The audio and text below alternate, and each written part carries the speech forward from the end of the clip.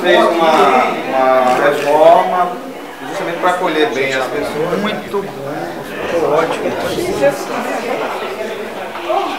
Nós inauguramos quinta-feira agora. Ah, foi? Foi. Tá tudo. Cresceu melhor porque as pessoas se sintam valorizadas. Aqui é a secretaria, temos uma lojinha aqui, também de artigos religiosos. Vamos fazer assim aqui. Aí, ó. Tá vendo agora? Mas bom. Tá vendo agora?